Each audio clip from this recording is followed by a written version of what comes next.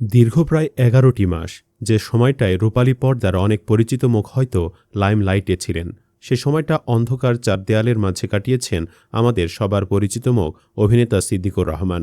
কিন্তু এই ১১ মাস পর কারাগার থেকে বের হয়ে আসা সিদ্দিকুর রহমান যেন আগের সেই মানুষটি নন। পরনে টুপি, মুখে দাড়ি, এক সম্পূর্ণ নতুন অবয়ব। কি এমন ঘটেছিল এই ১০ মাস ২২ দিনে? কেন তিনি নিজেকে আমূল বদলে ফেললেন? আজকের ভিডিওতে আমরা জানাবো অভিনেতা সিদ্দিকুর রহমানের কারাজীবন এবং তার বদলে যাওয়ার সেই অজানা গল্প।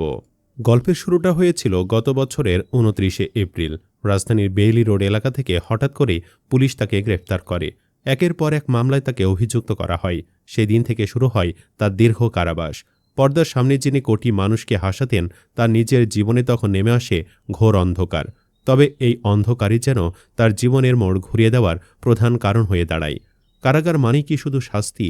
সিদ্দিকুর রহমানের ক্ষেত্রে বিষয়টা ছিল একদমই ভিন্ন। তিনি এই সময়টিকে দেখেছেন নিজেকে চেনার এক বড় সুযোগ হিসেবে।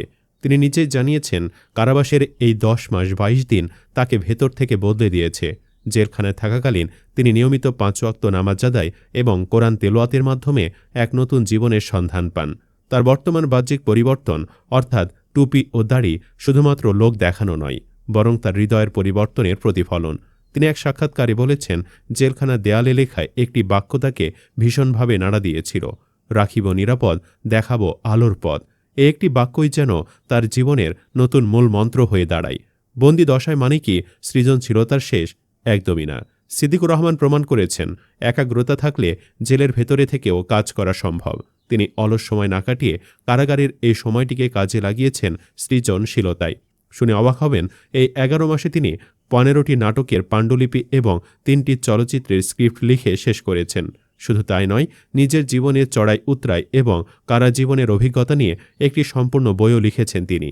যে মানুষটি আগে শুধুমাত্র অভিনয়ের মাধ্যমে বিনোদন দিতেন, এখন তিনি আসছেন এক বলিষ্ঠ নির্মাতা ও লেখক হিসেবে। কারাগারের কষ্ট তাকে দমাতে পারেনি, বরং আরও শক্তিশালী করেছে। গত ১৮ মার্চ জামিনে মুক্তি পাওয়ার পর সিদ্দিকুর রহমান এখন পরিবারের সাথে নিভৃতে সময় কাটাচ্ছেন। যদিও তিনি মুক্ত হয়েছেন, তবু তার উপর থেকে আইনি খড়গ পুরোপুরি সরে যায়নি।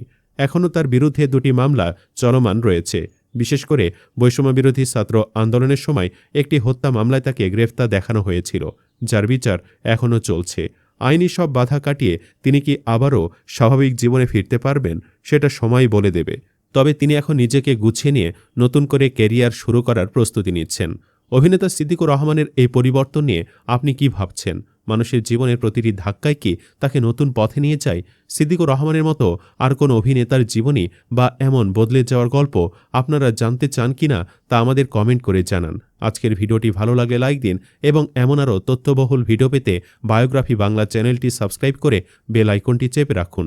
দেখা হবে পরবর্তী ভিডিওতে। ততক্ষণ ভালো থাকুন, সুস্থ থাকুন। ধন্যবাদ।